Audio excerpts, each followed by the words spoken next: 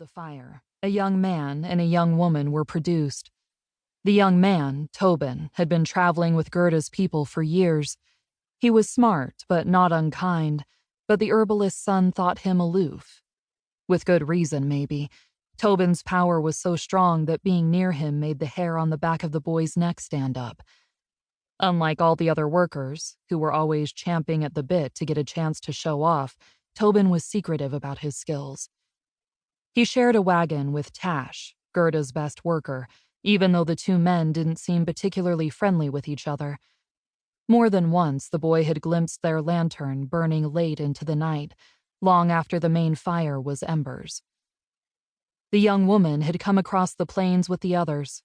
The boy had seen her a few times. She was small, round, and pleasant enough looking. She didn't strike the boy as particularly remarkable. But when she came forward, the other caravan's best worker, the woman named Deary, came with her. Tash stood up when Tobin did, and when they all stood in front of Gerda, the caravan driver looked from one of them to the other. "Tash and Deary," she said. "You're sure?" "Already decided, and by smarter heads than yours," the gimlet-eyed woman snapped. Tash, who wasn't much of a talker, merely said, "Sure." Gerda looked back at the couple. For couple they were. The boy could see the strings tied round each wrist, to show they'd already been matched. "Hard to believe," she said. "But I know it's true. I can feel it down my spine. Quite a legacy you two carry. 5 generations worth. Ever since mad old Martin bound up the power in the world. 5 generations of working and planning and plotting and hoping. That's the legacy you two carry." The corner of her mouth twitched slightly. "No pressure." A faint ripple of mirth ran through the listeners around the fire. "Nothing to joke about, Gerda," Deary said, lofty and hard, and Gerda nodded. "I know it. They just seem so damn young, that's all." The driver sighed and shook her head. "Well, it's a momentous occasion. We've come here to see the two of you off, and we send with you the hopes of all the Slonimi, all of the workers of all our lines, back to the great John Slonim himself, whose plan this was. His blood runs in both of you. It's strong and good, and when we put it up against what's left of Martin's, we're bound to prevail, and the world will be free."